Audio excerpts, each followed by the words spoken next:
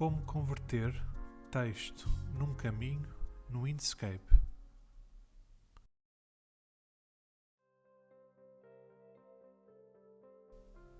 Olá, bem-vindos a mais um vídeo da Rata DCC. Neste vídeo vamos aprender como converter texto num caminho no Inkscape. Estamos com o Inkscape aberto no novo documento. Na barra de ferramentas que está à nossa esquerda, clicamos aqui na Text Tool, ferramenta texto. Em cima da página, clicamos e arrastamos até termos a nossa caixa de texto. Escrevemos o nosso texto.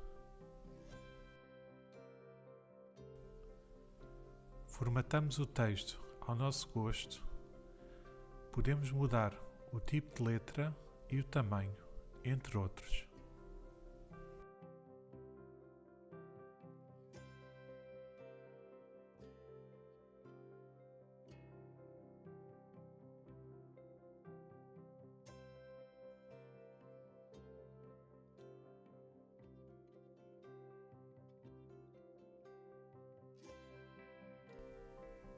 Mudamos para Selector Tool, ferramenta de seleção, e clicamos uma vez para selecionar o texto.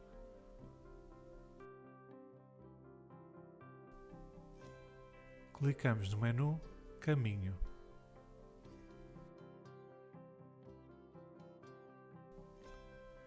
Clicamos em Converter objeto num caminho.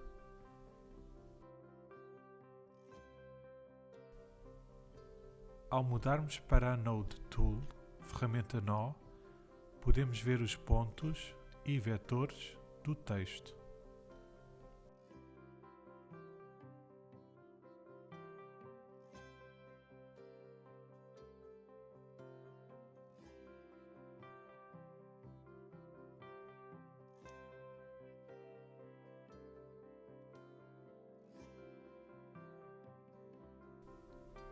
Espero que tenham gostado. Se tiverem dúvidas, coloquem nos comentários. Para mais vídeos tutoriais sobre o Inkscape ou sobre outros programas, sigam o nosso canal. Obrigado!